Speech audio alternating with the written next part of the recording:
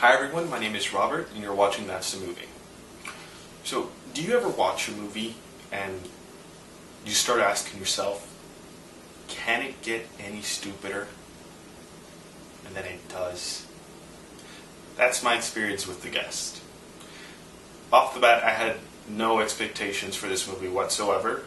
It was directed by Richard Wingard and Simon Barret. Those guys, yeah. Those two guys. They had previously directed and wrote You're Next.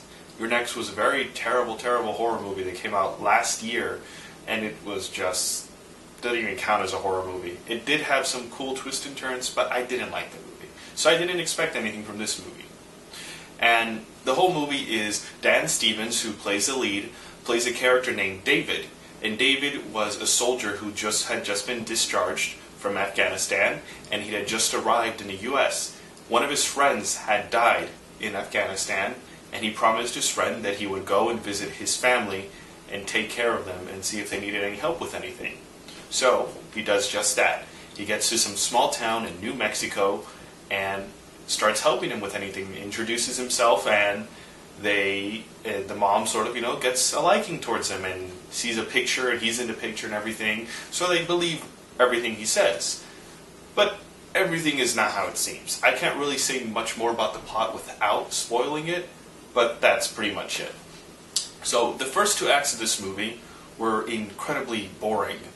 They were just so boring and barely enjoyable, but you sort of, little by little, you started getting more and more enthralled with the movie, and you wanted to keep watching, but just slightly, just very little.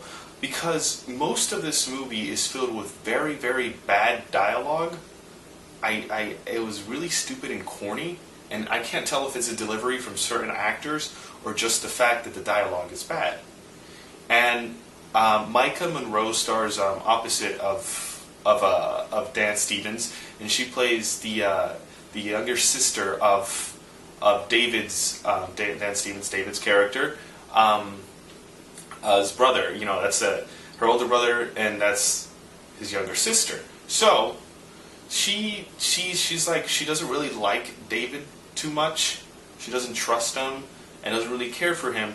But most of the time, I just didn't find anything she would do on screen believable. A few times, I guess it's because it was just the tone of the movie didn't fit with the certain situations and what she was trying to portray, but I just didn't find her performance believable most of the time. And I didn't really like that. Another thing I really found so stupid in this movie, and I really wanted to punch somebody in the nose, was the fact that the bullies in this movie, the youngest brother of David's friend, he's played by an actor named Brendan Meyer. And he did a fantastic job for some reason. I don't know why I enjoyed his character so much. Maybe it was a delivery, or maybe the fact that he just felt like a real teenager who really didn't know anything, and he was just normal. There wasn't anything wrong with him. He was just a normal kid. He got bullied, sure, but there was nothing really special or wrong with him, and that's what I liked. He just felt like a real kid. And his bullies, my God, they were so stupid. They were like a 90s after-school special bullies. There was actually a guy with his collar popped up the whole time. And I was like, wow, what a douchebag. And there were a kind of a ethnically diverse group of bullies too, which was kind of funny. I guess I had to point that out because it looked really stupid on screen. I don't know why. It just didn't look intimidating at all. And they were all just idiots. It didn't even feel like real bullies. And that's something I didn't like. I'm like, that's not how kids act. Even real bullies don't act like that. And I really took it out, a few times. And I was like, it just made me laugh. And really, the first two acts of the movie just made me laugh most of the time, and I just didn't think anything was good about it. So that being said, I enjoyed this movie. I found it really entertaining. Once the third act comes along, it just takes the movie into high gear, and it gets it where it needs to be. It redeems itself for the first two acts of the boring mess. This movie, on top of being really terrible the first two acts and having a great third act, had an amazing soundtrack. This soundtrack has to be better than Drive's soundtrack and Only God Forgives. And I don't say that lightly, because those two soundtracks were amazing. This movie, its soundtrack was just unbelievable. I don't know why I enjoyed it so much, but it was great. It had this whole 80s synth type vibe for it, and it felt like I was watching an 80s thriller movie for some reason, and it was great. And not only just because of music, because some of the choices in the shots and even the opening title sequences and sometimes even the editing itself gave this sort of 80s horror movie vibe, and I really liked it. I don't know, I just really enjoyed that part of it, and I would like to see more of that, you know, at least nowadays being utilized, and it would really make for better horror movies, to tell you the truth, because a lot of them are lacking.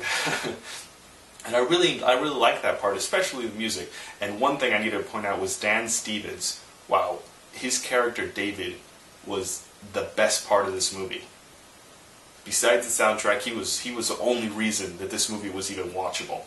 Because every time he was on screen, it was amazing. He played this very charming and very sort of manipulative psychopath, and it was really well done, and I really liked it. It was reminiscent of Norman Bates, being ridiculously handsome and then being a perfect psychopath at the same time. I don't know what it was, but he did a fantastic job, and I really like to see him in roles like this again, because it's fun to see him on screen, and that's what this movie was, just pure fun. I just loved it. Everything that You're Next failed at, and the choices that movie had, were not made in this movie. At least if they were fixed and perfected. And that's something that I really enjoyed from this movie, because I didn't expect this movie to be as good, or at least I didn't expect to enjoy it as much as I did. And this is really a crowd pleaser. It's just a really fun movie. Definitely a movie you go see with a group of friends, go see by yourself, doesn't matter. It's just a really fun movie to see. Let's give it 7.5 out of 10. There we go. That's what I'm going to do. 7.5 out of 10. It's an enjoyable movie. Not too great, but doesn't mean it isn't entertaining at all, because it is. So, anyways, you guys can follow me on Twitter, Tumblr, Facebook at TheRealRobertAH, and on Facebook you can look up our pages, The Sasha Marina Show and That's the Movie. On Instagram you can follow me at Robert Alfonso-Hidalgo, and you guys can check out my podcast. It's every Monday, 12 p.m. Pacific Standard Time and 3 p.m. Eastern Standard Time. We talk about movie news, me and Sasha.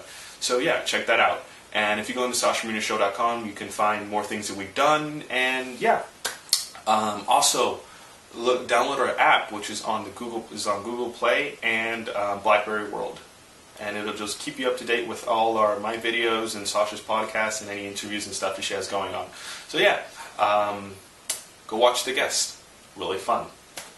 That's the movie. It is a comedy about.